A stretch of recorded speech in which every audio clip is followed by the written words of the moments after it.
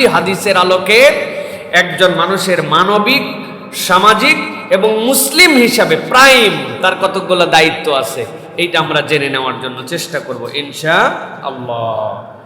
1 নম্বরে যেটা রাসূল আরবি সাল্লাল্লাহু আলাইহি ওয়াসাল্লাম ছোট্ট কথায় একটা হাদিস বলেছেন, তিনি ছিলেন জাওয়ামিউল কালিম, অল্প কথায় অধিক প্রকাশ করার ক্ষেত্রে আসমানের নিচে জমিনের উপরে আল্লাহর নবীর মতো ব্যক্তিত্ব সম্পন্ন কোন সৃষ্টিকে আল্লাহ সৃষ্টিই করেন নাই। সুবহানাল্লাহ। তিনি হচ্ছেন সর্বকালের সর্বশ্রেষ্ঠ সৃষ্টি। অল্প কথায় যিনি এত বলে গেছেন যে তার 2 বাক্যের কথা কিয়ামত পর্যন্ত ব্যাখ্যা হতেই থাকবে, কিন্তু এর ভিতরের রস, এর ভিতরের মজা, এর ভিতরে শিক্ষা ফুরাবে না। সুবহানাল্লাহ। নবী করিম সাল্লাল্লাহু আলাইহি সাল্লাম বলছেন, তোমাদের মধ্যে সর্বোত্তম মানুষকে, তার পরিচয় জেনে রাখো, খায়রুন নাস আনফাউহুম লিন-নাস। মানুষের মধ্যে উত্তম মানুষ তো সে যে মানুষের মধ্যে অপর ভাইয়ের জন্য কল্যাণ করে। সুবহানাল্লাহ। আল্লাহ রাব্বুল আলামিন কোরআনুল কারীমের মধ্যে বড় করে বলেছেন, দুনিয়ার মানুষ জেনে রাখো, আদম আলাইহিস সালাম থেকে কিয়ামত পর্যন্ত মানুষজন ধারাবাহিকভাবে কোনো না কোনো পয়গম্বরের পরে আসার কারণে ওই পয়গম্বরের উম্মতের পরিচয় নিয়ে থাকবে, কিন্তু মুহাম্মাদুর রাসূলুল্লাহ সাল্লাল্লাহু আলাইহি ওয়াসাল্লামের পরে আর কোনো উম্মত নাই। আল্লাহ বলছেন, আদম আলাইহিস সালাম থেকে ঈসা আলাইহিস সালাম পর্যন্ত কত হাজার বছর আগে দুনিয়া সৃষ্টি হয়েছে, আল্লাহ ছাড়া কেউ বলতে পারে না। আপনি যত প্রেডিকশন করেন, এগুলো একটা প্রেডিকশনের কোনো ভ্যালু নাই। আল্লাহ রাব্বুল আমিন ছাড়া এটা কেউ জানে না কত দিনে সৃষ্টি হয়েছে, কত মানুষ এসেছে, কত পয়গম্বর আল্লাহ প্রেরণ করেছেন। কিন্তু আল্লাহ গ্যারেন্টি দিচ্ছেন, যত উম্মত আসুক আর যত পয়গম্বর আসুক, কুনতুম খায়রা উম্মাতিন উখরিজাত লিন-নাস। আল্লাহ বলছেন, আমি আল্লাহ তোমাদের জন্য জানায় রাখলাম, উম্মতে মুহাম্মদীকেই আমি শ্রেষ্ঠ উম্মতের মর্যাদা দান করেছি। কেন এই মর্যাদা দান করা হলো? আল্লাহ নিজেই ব্যাখ্যা করে দিয়েছেন, উখরিজাত লিন-নাস। তুমি কেবল তোমার জন্য সৃষ্টি হও নাই, তুমি কেবল তোমার পার্সোনাল লাইফের জন্য সৃষ্টি হও নাই, উখরিজাত লিন-নাস, তুমি মানবতার জন্য সৃষ্টি হয়েছো। আল্লাহ রাব্বুল আলামিন বলছেন, এই মর্যাদা যেটা তোমাকে দেওয়া হলো, হাবিবে করিম নবী সাল্লাল্লাহু আলাইহি ওয়াসাল্লাম সেটার ব্যাখ্যা করতেছেন, তুমি কেমনে তোমার সেই মর্যাদাটা ধরে রাখবা। আল্লাহ বলছেন, তোমাদের মধ্যে উত্তম মানুষ যে মানুষের জন্য সৃষ্টি হয়েছে, ওই মানুষের কাজ কি হবে? আল্লাহ নবী বলছেন, খায়রুন নাস আনফাউহুম লিন-নাস। যেই মানুষ তার চিন্তা চেতনা, মেধা, মনন, তার কর্মপরিধি, তার বাস্তবতায় অপর ভাইয়ের কল্যাণ চিন্তা নিজের মধ্যে রাখবে, আল্লাহ বলছেন, নবী আপনি জানাই দেন, ওইটাই হচ্ছে দুনিয়ার মধ্যে শ্রেষ্ঠ মানুষ। আপনার ধ্যান, জ্ঞান, চিন্তা, চেতনা শ্রেষ্ঠত্বে যদি যেতে হয়, এজ এ হিউম্যান বিইং হিসেবে আল্লাহর কাছে যদি আপনাকে উপস্থাপিত হতে হয়, আপনার চিন্তা থাকবে যে আমার দ্বারা মানুষের জন্য সবচেয়ে বেশি কল্যাণ কিছু হয়, সেই চেষ্টাটাই হবে আমার কাজ। সুবহানাল্লাহ।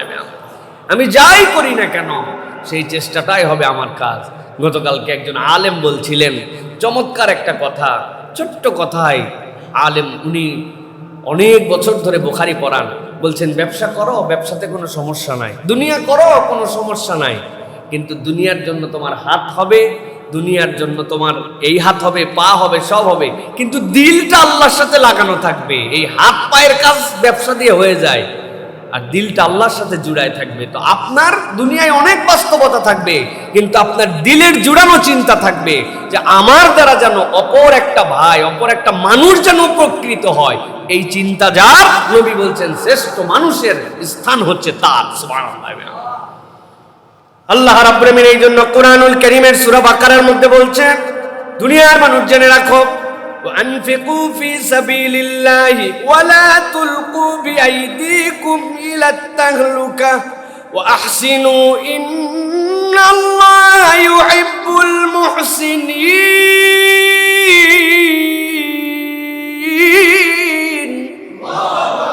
আল্লাহ বলছেন, ও দুনিয়ার মানুষ, আমি আল্লাহ তোমারে সম্পদ দিলাম, আমি আল্লাহ তোমারে আবার নির্দেশ দিলাম, আমার দেওয়ার সম্পদ থেকে তোমার দায়িত্ব হচ্ছে আনফিকু ফি সাবিলিল্লাহ, আল্লাহ রাস্তায় ব্যয় কর বান্দা, ব্যয় কর। এই সম্পদকে কুক্ষিগত করে রাখিস না, মনে করিস না এই সম্পদের মালিক তুই বান্দা। আল্লাহ রাব্বুল আলামিন বলছেন ওয়ালা তুলকু বিআইদিকুম ইলাত তাহলুকা, নিজে নিজে নিজেকে ধ্বংসের রাস্তায় ঠেলে দিও না, নিজেকে নিজে ধ্বংসের পথে নিমজ্জিত করে দিও না। খারাপ জিনিস গ্রহণ করো না, খারাপের সাথে সম্পৃক্ত হয়ো না, যেইটা তোমার স্বাস্থ্যের জন্য ক্ষতি, সমাজের জন্য ক্ষতি, অপর ভাইয়ের জন্য ক্ষতি, এরকম কোনো কিছু তুমি গ্রহণ করবা না। আল্লাহ রাব্বুল আলামিন বলছেন ওয়াহসিনু, আর আমি রব তোমার জন্য দায়িত্ব দিয়ে দিলাম বান্দারে সৎ কর্ম অবলম্বন করো। ইন্নাল্লাহা ইউহিব্বুল মুহসিনিন, আল্লাহ রাব্বুল আলামিন সৎ কাজওয়ালা বান্দাকে পছন্দ করে। অতএব 1 নম্বর সূত্র আমাদের জীবনে সব সময় মনে রাখতে হবে যে আমি মানুষ, এই মানুষের মানদণ্ডে আমি আসি না নাই।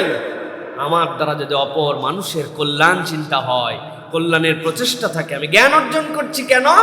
অপর ভাইয়ের যেন কল্যাণ হয়। আমি ব্যবসা করছি কেন? আমি জনপ্রতিনিধিত্ব করছি কেন? আমি ইঞ্জিনিয়ার হওয়ার চেষ্টা করছি কেন? আমি ব্যাংকার হওয়ার চেষ্টা করছি কেন? রুটি রুজি সব জায়গার থেকে আসবে, কিন্তু আমার সামগ্রিক চিন্তা থাকবে দুনিয়ার সম্পদ, দুনিয়ার অবস্থান, দুনিয়ার এই ব্যাপ্তি বড় সংক্ষিপ্ত, কিন্তু এই সংক্ষিপ্ত সময়ের জন্য যদি 3-4টা বাড়ি লাগে, হাজার হাজার টাকা ব্যাংক ব্যালেন্স লাগে, এত পরিশ্রম লাগে, তাহলে ওই পারের জন্য আমার ডিপোজিট কি? ওই পারের ডিপোজিট যদি কেউ বাড়াতে চায়, আল্লাহর নবী বলতেছেন সে যেন অপর ভাইয়ের কল্যাণ চিন্তা করে, কল্যাণের চেষ্টা করে। এই কল্যাণ চেষ্টা, ফিকির, চিন্তা, নিঃস্বার্থ এই অবদানটুকুই কিয়ামতের দিনে তার জন্য অ্যাসেট হয়ে যাবে। সুবহানাল্লাহ। তাহলে এটা 1 নম্বর হাদিস আমাদের জন্য। প্রিয় ভাইয়েরা, আজকে আমরা দেখতে পাই আমাদের সমাজে শিক্ষিত লোকের অভাব নাই, কিন্তু ধনীর অভাব নাই, কিন্তু উপকারী মানুষের বড় বেশি অভাব হয়ে গেছে। উপকারী মানুষ এখন আমাদের সমাজ থেকে কমে যাচ্ছে।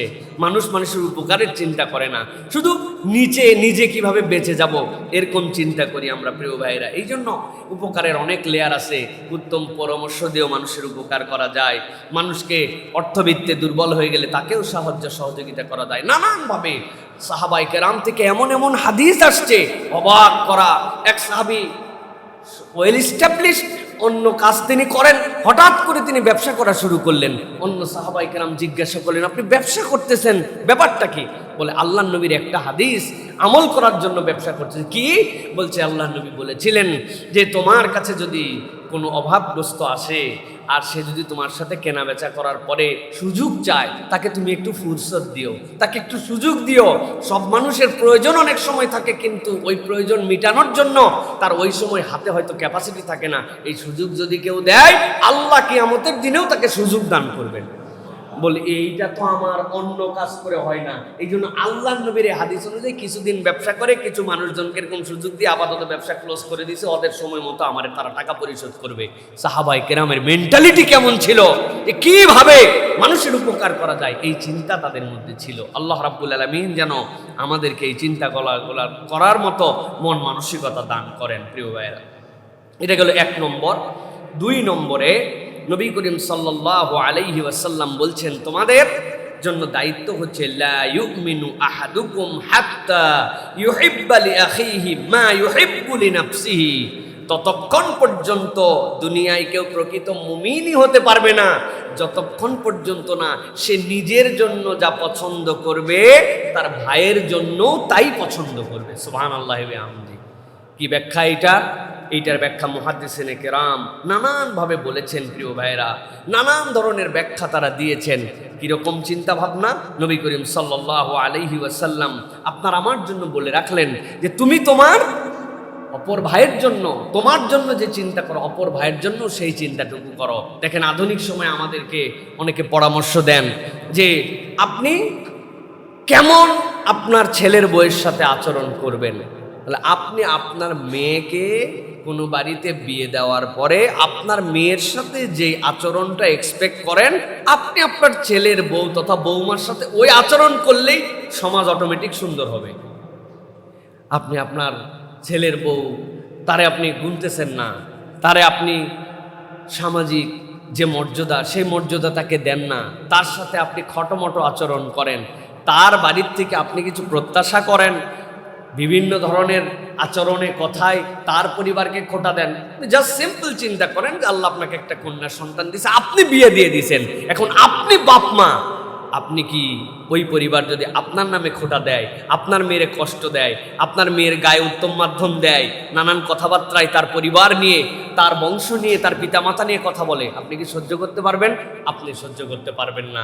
এইরকমভাবে আল্লাহ নবী সাল্লাল্লাহু আলাইহি ওয়াসাল্লামের এই হাদিস বোঝা সহজ। আল্লাহ নবী সাল্লাল্লাহু আলাইহি ওয়াসাল্লাম এই জন্য বলছেন, তুমি তোমার জন্য যেটা পছন্দ করো, তোমার অপর ভাইয়ের জন্য সেটা পছন্দ করে নাও।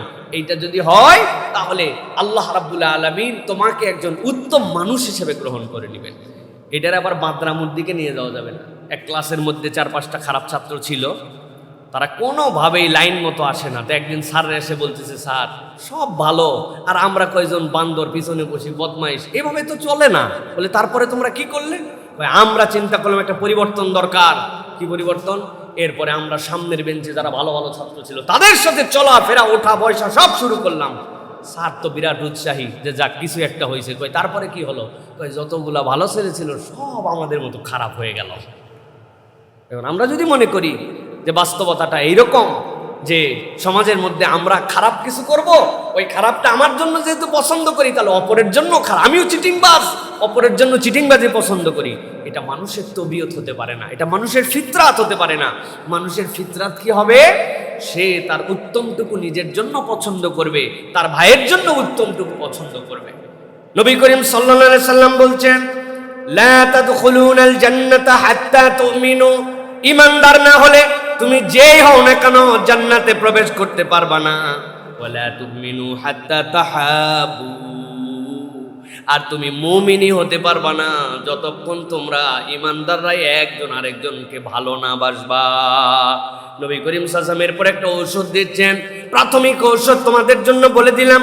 আলা আদুল্লুকুম আলা শাইইন ইযা ফাআলতুমুহু তাহাবাবতুম, এমন কোন আমল কি প্রাথমিকভাবে তোমাদেরকে বলে দিব নাকি যেইটা করতে শুরু করলে পরস্পর তোমরা ভালোবাসতে শুরু করবে, ভালোবাসলে ঈমান আসবে, ঈমান আসলে জান্নাতে যাওয়ার রাস্তা সুগম হবে।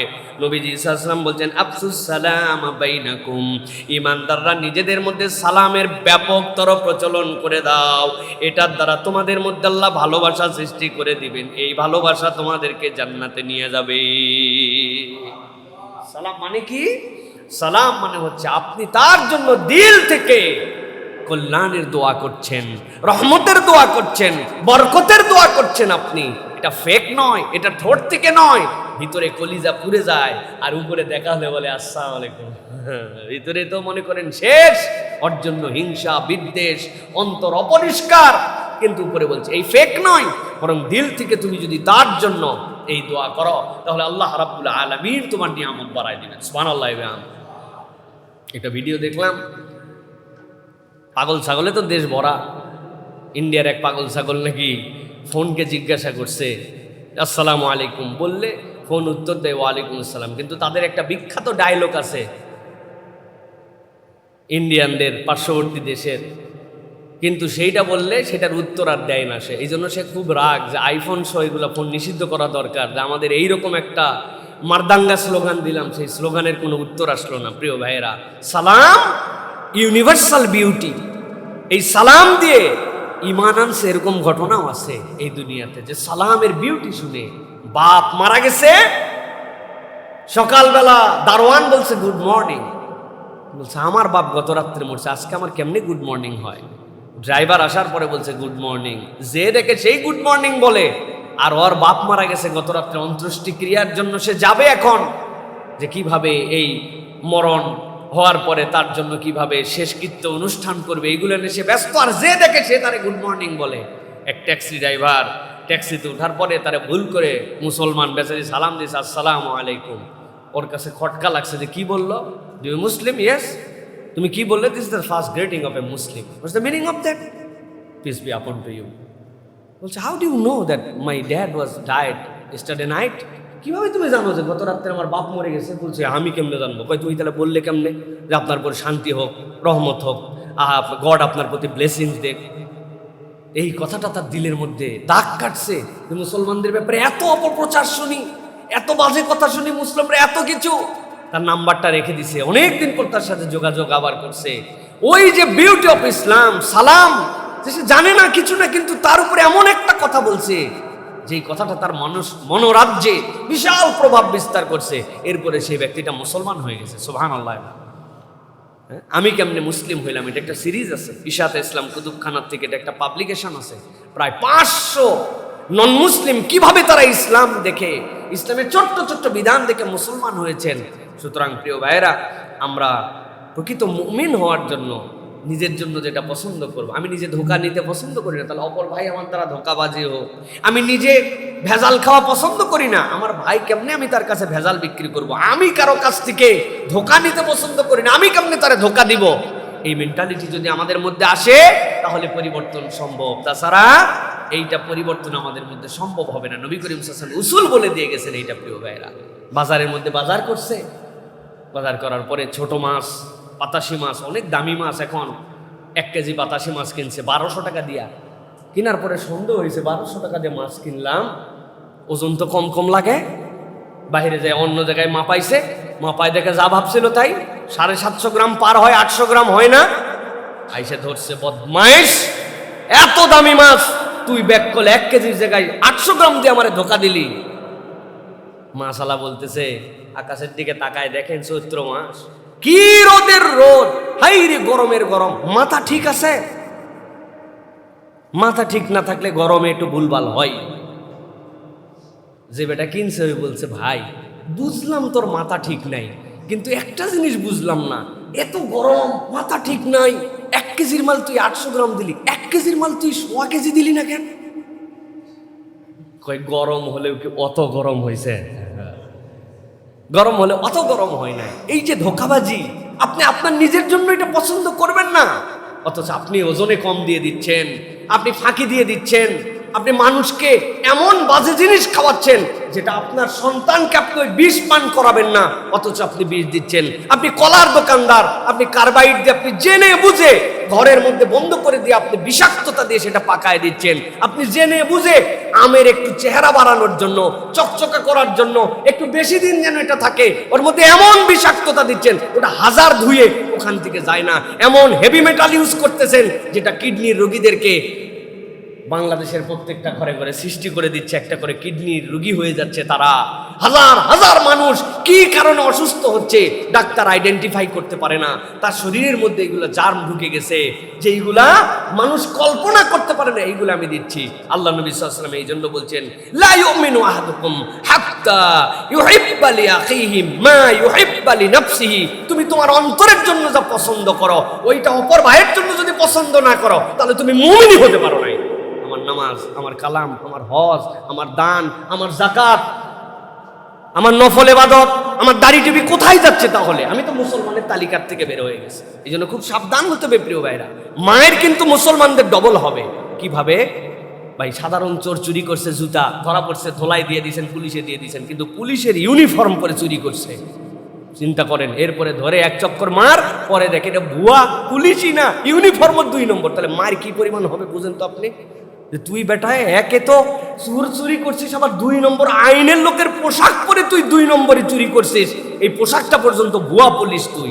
তা আমি ডাঁটে বলে যাচ্ছি, আমি মুসলমান, ইয়াকা না'বুদু ওয়া ইয়াকা নাস্তাইন, আল্লাহ একমাত্র তোমারই ইবাদত করি, তোমার কাছেই একমাত্র আমি নিবেদন করতেছি, সাহায্য চাচ্ছি। আল্লাহ বলছেন পুরা ধরিবাজ, ও মানুষকে ঠকায়, ধোকা দেয়, খাদ্যে ভেজাল দেয়, 2 নম্বর করে, অপর ভাইয়ের অকল্যাণ চিন্তা করে, নিজের জন্য যা পছন্দ করে না, নিজে ওইটা দেখলে খাবে না। ফুচকার দোকানদার নিজের দোকানের ফুচকা খায় না, কারণ হে যে জিনিস দিয়ে বানাচ্ছে, টক নামে যা খাওয়াচ্ছে, এগুলো ডায়ালাইসিস রোগীর জন্য ব্যবহার হয়, কৃত্রিম কিডনির ব্যবহারের জন্য যে সকল মেডিসিন ব্যবহার হয়, একটা মানুষ কোন রুচিতে ওইটা দিয়ে দিচ্ছে। চিজ নামে যেটা খাওয়াচ্ছে মানুষকে, ওটা আপনার রুচি হবে না। কি মানুষ মুমিন পরিচয় দিচ্ছি, ইমানদার পরিচয় দিচ্ছি। এই জন্যই অনেকেই বলে, আমিও মাঝে মাঝে বলি, ইসলাম আমাদের কাছে আছে কিন্তু আমরা মুসলমান হতে পারি নাই। আর অনেক বিধর্মী দেশে তাদের কাছে ইসলাম নাই কিন্তু তারা মুসলমানিত্ব নিয়ে আসে। কথা ঠিক কিনা? পরিবর্তন হতে হবে প্রিয় ভাইয়েরা। এই জন্য পরিবর্তন এটা কেবল আমাদের জন্য, আমার জাতি বাঁচানোর জন্য, ইমান বাঁচানোর জন্য, জান্নাত জাহান্নামেরই প্রশ্ন এটা। আপনার এই ভেজাল এবং এই হারাম, এখান থেকে আল্লাহ আমাদের যেন বোঝার তৌফিক দান করেন।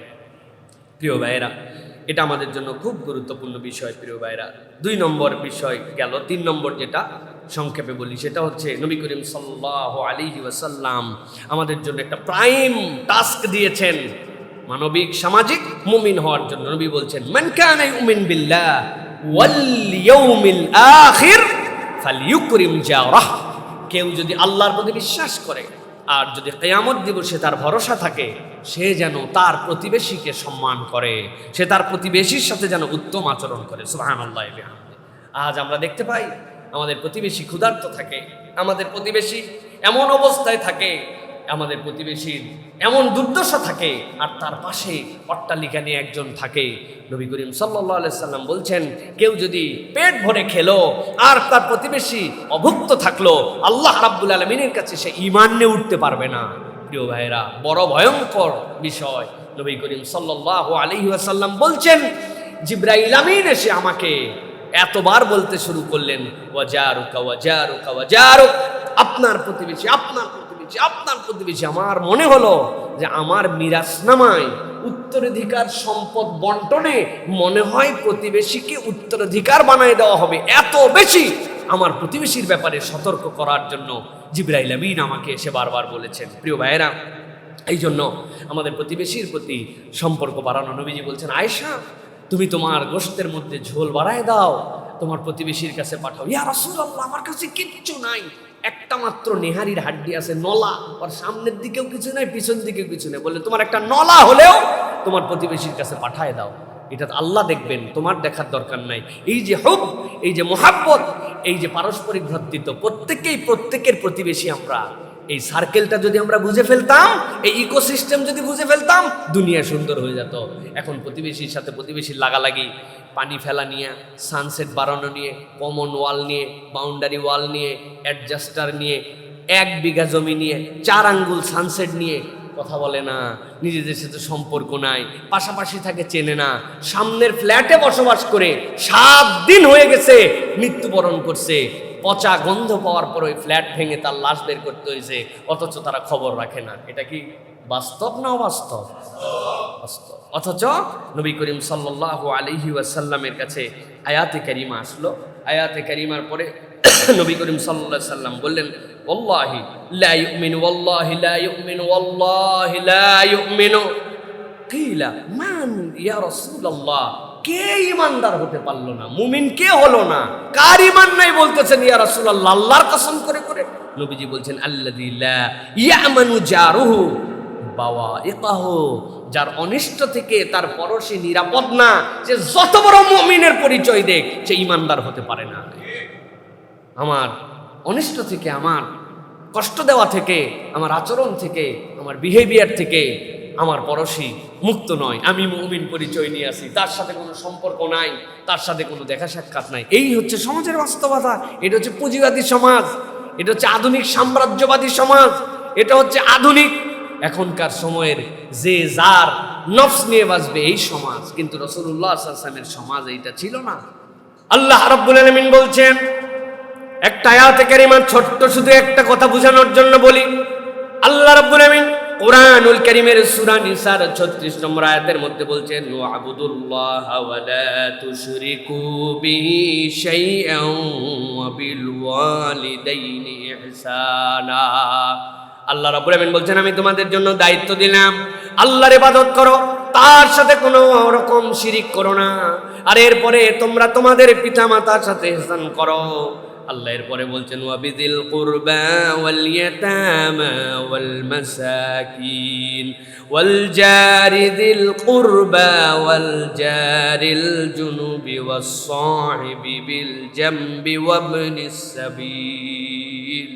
আল্লাহ বলছেন, এরপরে দায়িত্ব দিয়ে দিলাম তোমাদের নিকট আত্মীয়, ইয়াতিম, মিসকিন এবং তোমার নিকট প্রতিবেশী আর দূর প্রতিবেশী, এই মানুষগুলার সাথে আল্লাহ বলছেন, আমি আল্লাহ দায়িত্ব দিলাম ইহসান করো, আমি আল্লাহ দায়িত্ব দিলাম এই মানুষগুলার খোঁজ খবর রাখো। ওমা মালাকাত আইমানুকুম, আর যদি তোমাদের অধিভুক্ত কোনো দাস দাসী, চাকর চাকরানি, তোমাদের অধীনস্থ কর্মচারী থাকে, তাদের সাথেও তোমরা উত্তম আচরণ করো। আল্লাহ বলছেন, বলছেন ইন্নাল্লাহা লা ইউহিব্বু মান কানা মুখতালান ফাখুরা। আল্লাহ বলতেছেন রব্বুল আলামিন কখনো কোনো অহংকারে, কখনো কোনো উদ্ধত চরিত্রের, নিজে হামবড়াই করে এরকম লোককে আল্লাহ পছন্দ করেন না। রব্বুল আলামিন কঠিন কথা বলেছেন। প্রথমে আল্লাহ দায়িত্ব দিয়েছেন ইবাদত করো, ইবাদতের মধ্যে আল্লাহর সাথে ইবাদতে শিরিক না করা যেরকম দায়িত্ব, বাপ মায়ের সাথে যেরকম সদাচরণ করা দায়িত্ব, নিকট আত্মীয়, দূর আত্মীয়, নিকট পড়োশী, দূর পড়োশী, তাদের খোঁজ খবর নেওয়া দায়িত্ব। আর মুফাসসিররা বলছেন আল্লাহ শেষে বলেছেন ইন্নাল্লাহা লা ইউহিব্বু মান কানা মুখতালান ফাখুরা। আল্লাহ বলছেন আল্লাহ উদ্ধত অহংকারীকে, আল্লাহ রাব্বুল আলামিন দাম্ভিক অহংকারী ব্যক্তিকে পছন্দ করেন না। তার মানে এই কাজ যদি আপনি না করেন, আল্লাহর কাছে আপনি দাম্ভিক হিসাবে পর্যবেক্ষিত হবে। নাউযুবিল্লাহ। হযরত আয়েশা সিদ্দিকা রাদিয়াল্লাহু তাআলা জিজ্ঞাসা করলেন রাসূলুল্লাহ সাল্লাল্লাহু আলাইহি ওয়াসাল্লামকে, ইয়া রাসূলুল্লাহ, আমার এই দিকেও একটা বাড়ি আছে, এই দিকেও একটা বাড়ি আছে, তাহলে আমার নিকট প্রতিবেশী কে? নবীজি বললেন আকরাবু ইলাইকাল বাব, তোমার কাছে দরজা যেই বাড়ির কাছে ওইটাই হচ্ছে তোমার নিকট প্রতিবেশী। সুবহানাল্লাহ ওয়া বিহামদি। আমার বাড়ির চারিদিকেই আছে, আমি কার কাছে নিকট প্রতিবেশী হবে? এই যে প্রতিবেশীর সাথে সম্পর্ক স্থাপন করা, ভালোবাসা। আপনাদের কাছে বহুবার গল্প শুনিয়েছি, আমার মা আমাকে পাট শাক রান্না করার পরে দিতে পাঠাইছে পাশে বাড়িতে। আমি তো পাট শাক নিয়ে যাব না, কারণ আগের পাট শাক যে তিতার তিতা, এখনকার পাট শাক আর তিতা নাই। আগে কৃমি হলে পাট শাক খাওয়াতো। কি ভাই, পূর্বের লোকজন আছেন? আমার তো খুব বেশি বয়স না, এটা হোহা করেন আপনারা, তাছাড়া লোকজন মনে করবে হুজুর আন্দাজি বলতেছে। আগে কৃমির ওষুধ ছিল। এই সময়ে আনারসের চিকন ভিতরের যে মুখের পাতা যেগুলোর নিচে সাদা, ওগুলো সেইচা এর মধ্যে রস পান করে এর মধ্যে বাচ্চাদেরকে খাওয়াতো। আপনাদের মনে খাওয়ায় না, কিন্তু আমাদেরকে এগুলো খাওয়াইছে। খাওয়াইছে চাচা? এই যে আমার লোক পাইছি একটা, ঠিক ঠিক করে উঠছে। আমার মা বলছে যাও লাল শাক নিয়ে যাও, এই পাট শাক না, এই শাক নিয়ে যাও যাবে। আন্দাজি তিতা শাক মানুষের বাড়ি দেয় নাকি? বলে গাধা কোথাকার, আমার বাড়িতে আজকে প্রথম পাট শাক রান্না হয়েছে, পাশের বাড়িতে দিবসের তিতা না মিষ্টি তোর দেখার দরকার কি? তোরে বলছি তুই দিয়ে আয়। আগে তিতা পাট শাক মানুষের বাড়িতে দিয়ে আসতো। হ্যাঁ, একটা পেয়ারা আব্বা লাগাইছে, কাজী পেয়ারা, এত বড় একটা পেয়ারা হয়েছে। ওই পেয়ারা 4 ভাগ করছে মা করে, ওই পেয়ারা 2 চাকা করে পাশের বাড়িতে পাঠাম। বললাম মা, কাটা পেয়ারা জীবনে মানুষের বাড়িতে দেয়? এইরকম জীবনে দেখি নাই, তোমার সব দুনিয়ার আলগামি। মা বলছে আর থাবড়ায় ঠিক করে দেবো ব্যাকল কোথাকার। এই পেয়ারা আল্লাহ আমাদের বড় একটা পেয়ারা দিয়েছে। আশপাশের মানুষজন তারা প্রত্যেকবার আমার বাড়িতে আসছে, দেখছে, গেছে। এই ছিল ভালোবাসা, এই ছিল সৌহার্দ্য। আর এখন সামনাসামনি ফ্ল্যাট, খবর রাখে না। আপন ভাই আপন ভাইয়ের খবর রাখে না। এটুকু কি নিয়ে কবে মন কালাকালি হয়েছে, এরপরের থেকে তার সাথে আর ফোন ধরে না, ফোন করে না। কথা ঠিক কিনা প্রিয় ভাইয়েরা? এই জন্য প্রিয় ভাইয়েরা, আমাদের জন্য এই জিনিসগুলি আমাদেরকে খুব বেশি সতর্ক হতে হবে। পড়োশির একটা উপকারের ব্যাপারে নবী করিম সাল্লাল্লাহু আলাইহি ওয়াসাল্লাম একটা হাদিস বলেছেন, সেটা বলি। নবী করিম সাল্লাল্লাহু আলাইহি ওয়াসাল্লাম বলছেন ইশফাউ তুজাওয়ারু ওয়া ইয়াকদি আল্লাহু লানা ওয়া ইয়াকদি আল্লাহু আলা লিসানি নবিয়িহি মা ইয়াশা। নবীজি বলছেন তোমার যদি সুযোগ থাকে তাহলে কোনো ভাইয়ের জন্য সুপারিশ করো, আল্লাহ তার নবীর মুখ দিয়ে যা ফায়সালা তাই বের করে নেন। তার মানে নবী যেটা বলেন ওটাও শরীয়ত, আল্লাহ নবীরটাও শরীয়ত। বলছেন তোমার যদি সুযোগ থাকে তাহলে নবী করিম সাল্লাল্লাহু আলাইহি ওয়াসাল্লাম বলছেন আশফাউ তুজারু, তুমি তোমার সুযোগ থাকলে কল্যাণের জন্য কারোর জন্য সুপারিশ করে দিও। তোমার এই কথাটা বললে কাজ হয়ে যায়, তুমি একটু আগায় আসলে একজনের উপকার হয়ে যায়, তুমি একটু ইনিশিয়েটিভ নিলে ওই কাজটা হয়ে যায়। আমার টাকা পয়সা নাই কিন্তু আমি একটু উদ্যোগ নিলাম। আল্লাহ নবী বলছেন এটা নিয়ম। আল্লাহ রাব্বুল আলামিন রাসূলুল্লাহ সাল্লাল্লাহু আলাইহি ওয়াসাল্লামের মুখ দিয়ে শরীয়ত বানাই দিয়েছেন আপনার আমার জন্য। সুতরাং আমাদেরকে পরশের সাথে সুসম্পর্ক রাখতে হবে। চতুর্থ যেটা বলবো, 7 নম্বরের 4 নম্বর যেটা, নবী করিম সাল্লাল্লাহু আলাইহি ওয়াসাল্লাম বলছেন আর রাহিমুনা ইয়ারহামুহুমুর রহমান ইরহামু মান ফিল আরদ ইয়ারহামকুম মান ফিস সামা। আল্লাহ নবী বলছেন যারা দয়া করে, পরম দয়াবান আল্লাহ রাব্বুল আলামিন তাদের প্রতি দয়া করেন। ইরহামু মান ফিল আরদ, জমিনে যারা আছে তাদের প্রতি দয়া করো। ইরহামু মান ফিস সামা, যিনি আসমানে আছেন আসমান ওয়ালা ইয়ারহামুকুম, তোমাদের প্রতি দয়া করবেন। সুবহানাল্লাহ। দয়ার উপরে কোনো ধর্ম নাই, কথাটা একদম বাস্তব। ইসলাম আপনাকে আমাকে এই কথার উপরেই দিন দিয়েছে, দয়ার উপরে কোনো ধর্ম নাই। এটাই ধর্ম, দয়াই ধর্ম। নবী করিম সাল্লাল্লাহু আলাইহি সাল্লাম আপনার আমার জন্য এই দায়িত্ব দিয়ে গেছেন। এই দয়াই যে ধর্ম, এটাকে বানানো কথা না। আল্লাহ রাব্বুল আলামিন সূরা আরাফের মধ্যে বলেছেন, ওয়া রাহমাতি ওয়াসিআত কুল্লা শাই, আমার রহমত সব কিছুকে পরিবেষ্টন করে আছে। সুবহানাল্লাহ। তাহলে আপনি যখন মানুষের প্রতি দয়া করবেন, প্রাণীর প্রতি দয়া করবেন, নিজের প্রতি দয়া করবেন, যেখানেই দয়া করবেন, আপনি যখন দয়া করবেন আপনি বুঝবেন যে আল্লাহ রাব্বুল আলামিনের সূত্রের সাথে আপনার সূত্রটা মিলে গেছে, আল্লাহ রাব্বুল আলামিনের সূত্রের সাথে আপনার সম্পর্কটা সম্পর্কিত হয়ে গেছে। এই জন্য মানুষের আসমানওয়ালার কাছ থেকে দয়া পাওয়ার জন্য প্রধান শর্ত হচ্ছে জমিনওয়ালাদের প্রতি দয়াদ্র হওয়া। ইমানদারের চরিত্রই হবে সে ক্রুয়েল না, সে কখনো নিষ্ঠুর না, সে কখনো এরকম না যে তার মধ্যে দয়া নাই, তার ভাবটাই থাকবে দয়ার। রেগে যাবে, মাঝে মাঝে আচরণ বিরূপ হয়ে যাবে, এটা তো মানুষ। কিন্তু যখন সে বুঝবে আবার তার মধ্যে দয়া কাম ব্যাক এগেইন, সে আবার দয়াদ্র হয়ে যাবে। ছোট থেকে বড় সব প্রাণীকুলের প্রতি দয়া করা আল্লাহ রাব্বুল আলামিন আপনার আমার জন্য দায়িত্ব দিয়েছেন। নবীজি সাল্লাল্লাহু আলাইহি ওয়াসাল্লাম বলেছেন, ফিকুল্লি কাবিদিন রাতবাতুন আজরুন, জমিনের যত প্রাণ আছে এই প্রাণের প্রতি দয়া করা পর্যন্ত তোমাদের জন্য দায়িত্ব। আপনি অযথায় কোনো কষ্ট দিবেন না কাউকে, অযথায় আপনি কোনো কিছু প্রতি ক্রুয়েলিটি দেখাবেন না, কারণ নাই। একটা গাছের পাতা ছিঁড়ে নিয়ে চলে গেছি আমি, কোনো কারণ নাই। কয়টা পিঁপড়া যাচ্ছিল, পা একটু ডলে দিলাম, কারণ নাই। কুত্তার একটা ঢেল দিয়ে দিলাম, কারণ নাই। আমি তার প্রতি ক্রুয়েলিটি করলাম। এই ক্রুয়েলিটি দেখতে চাই, পছন্দ করি না। আমি অনেক সময় এই কথা বলি, আপনাদের অনেকের এই কথা পছন্দ হয় না। এর আগে একটা গাছের ধর্ম কি? একটা গাছের ধর্ম কি চারতলা ছাদের উপরে হওয়া না মাটির সাথে সম্পর্কিত হওয়া? ফিতরাত কি? ফিতরাত সে মাটির সাথে থাকবে, আল্লাহ সৃষ্টি করেছেন সে মাটির সাথে থাকবে। মাটির সাথে আসে, পানি পায় নাই, বৃষ্টি হয় নাই, মরে গেছে সে, তার আল্লাহ তাকে গ্রোথ দিয়েছিলেন, সে মরে গেছে ন্যাচারালি। কিন্তু আপনি একটা গাছকে শোভাবর্ধনের জন্য আপনার বেলকুনিতে নিয়ে গেছেন, আপনি ছাদে তুলছেন, ঈদের ছুটিতে আপনি চলে গেছেন, 7 দিন আপনি থাকবেন না, আপনার বাড়ি তালা চাবি দেওয়া, আপনি খুব ভালো করেই জানেন। কিন্তু আপনি দরজা বন্ধ করে দিয়ে চলে গেছেন, গাছগুলো পানি পায় নাই, 4 তলায় 5 তলায় ছাদে মরে গেছে। চিন্তা করছেন গাছ এ কি আবার? না না, আপনি পর্যন্ত তোলার জিম্মাদার তাহলে কেন হলেন? ওর ফিতরাত ছিল মাটির সাথে থাকবে। আপনি আপনার শোভা বাড়ানোর জন্য, আপনার অক্সিজেন নেওয়ার জন্য, আপনার বিল্ডিং এর সৌন্দর্য করার জন্য, আপনার বেলকনিকে দেখানোর জন্য আপনি গাছ উপরে নিয়ে আসছেন। অতএব তাকে পানি দেওয়া, পানির ব্যবস্থা করা, সে যেন মরে না যায় আপনার অবহেলায়, এটার দায়িত্ব আপনার। ক্রুয়েলিটির জায়গা এখানেও আছে। আপনি অ্যাকোরিয়াম ফিশ পালন করতেই পারেন, জায়েজ আছে। এই মাস আপনি বাইরে ছেলে দিয়ে মরে যাবে, ওই অ্যাকোরিয়ামের জন্যই তৈরি হয়েছিল, আপনি চলে গেছেন। মূল্য আবার নতুন করে কিনবো, কি সমস্যা? কয় টাকার মাছ আছে? আর আপনি গুনে গেছেন কয় টাকার মাছ আছে, কিন্তু ওর মধ্যে প্রাণ আছে, এটা আপনি গুনেন নাই। আল্লাহ রাব্বুল আলামিনের কাছে আপনি ক্রুয়েল হার্ট মানুষ হিসেবে উপস্থাপন হবেন। আপনার বরকত হবে না, আপনার রহম হবে না, আপনার পরিবারের মতো আল্লাহ রাব্বুল আলামিনের রহমত আসবে না। ছোট থেকে ছোট এগুলো বড় বিষয় আমাদের মাথার মধ্যে রাখতে হবে। আমরা যেন ক্রুয়েল হার্ট না হয়, আমরা যেন দয়াদ্র হই। প্রত্যেকটা মানুষ যেন অপরের প্রতি দয়া করতে পারি, প্রাণের প্রতি দয়া করতে পারি। এই দয়াটা যেন আমাদের হৃদয়ের মধ্যে থাকে ইনশাআল্লাহ। আল্লাহ যেন আমাদেরকে দয়া দান করেন। আর এই দয়া শুরু হবে কোথা থেকে? পরিবার থেকে। আপনি বাহিরে বিশাল ফ্যান্টাস্টিক মানুষ, ওয়ান্ডারফুল হিউম্যান বিং, বন্ধু বৎসল, কত ধরনের আপনার যে খেতাব আছে, হাস্যোজ্জ্বল, সখী, হাত খোলা, কিন্তু পরিবারে আসার পরে উনি পুরাটার ব্যতিক্রম।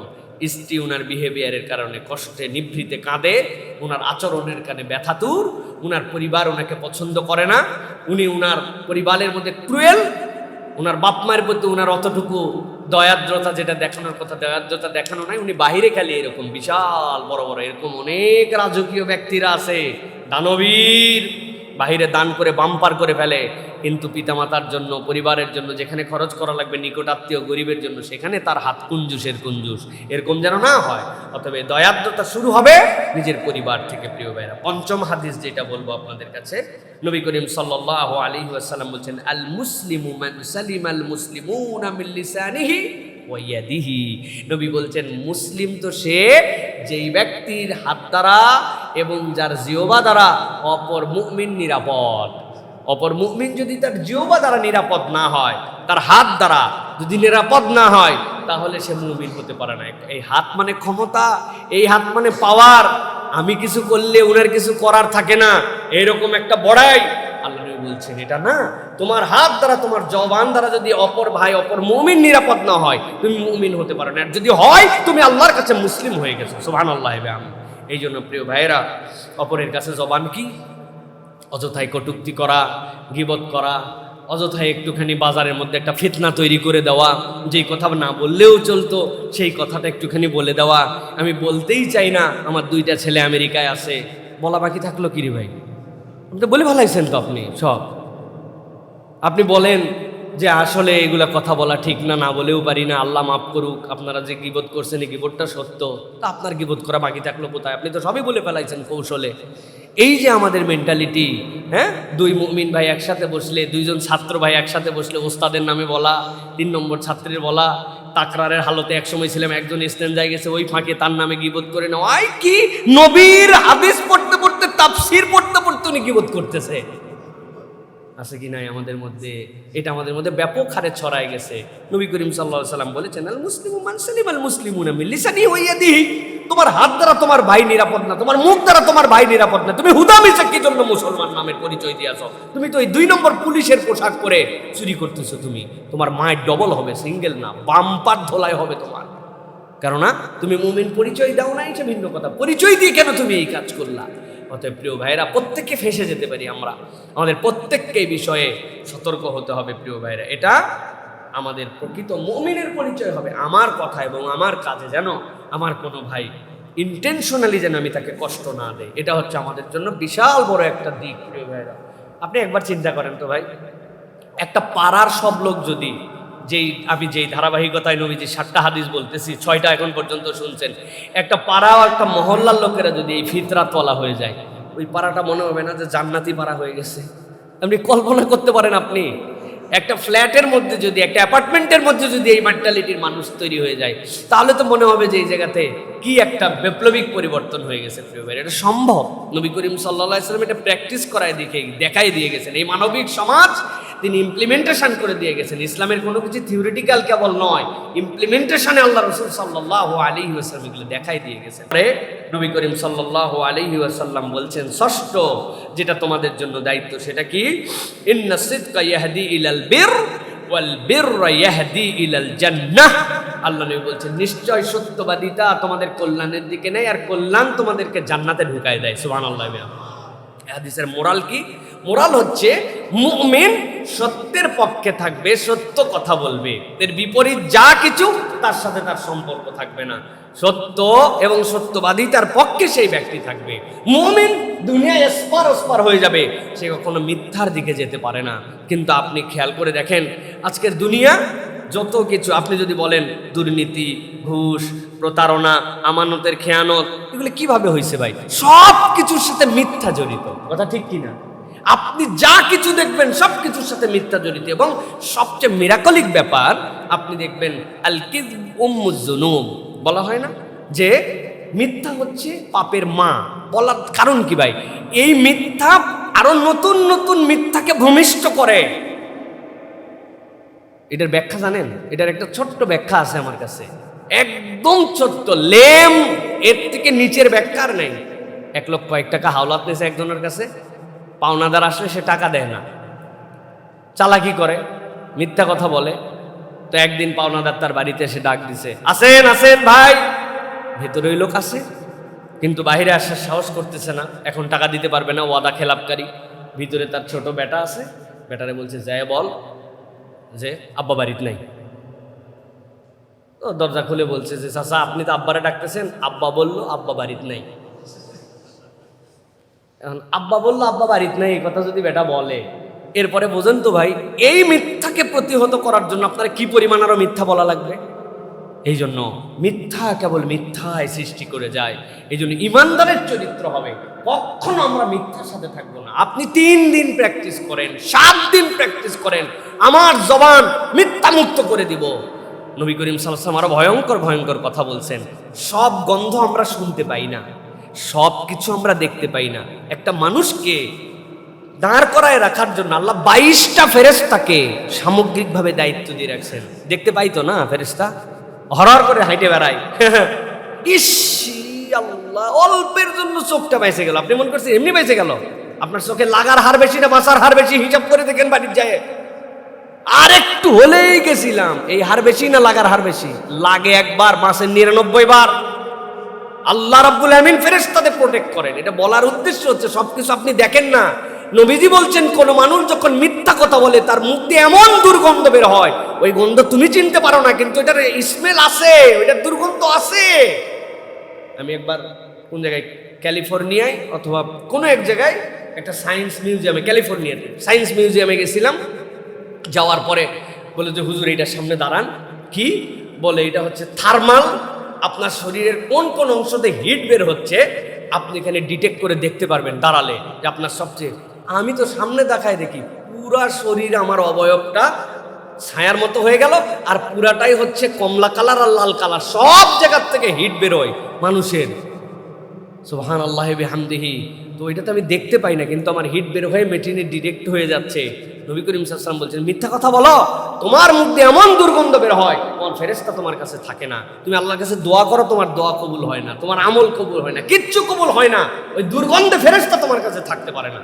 এই গন্ধ যদি সত্যি সত্যি আক্ষরিক অর্থে আমাদের আতর যেরকম সুগন্ধ, এর ব্যতিক্রম কোনো বদগন্ধ হতো, তাহলে এই মসজিদে আজকে বসে থাকার সুযোগ আমাদের ছিল না।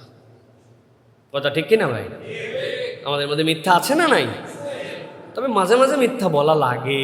আধুনিক দুনিয়ায় একটা ব্যবসা করবেন আপনি, মিথ্যা ছাড়া কেমনে চলবে ভাই? তাই না? এটা ব্যবসাটা হচ্ছে মিথ্যা বলা লাগে।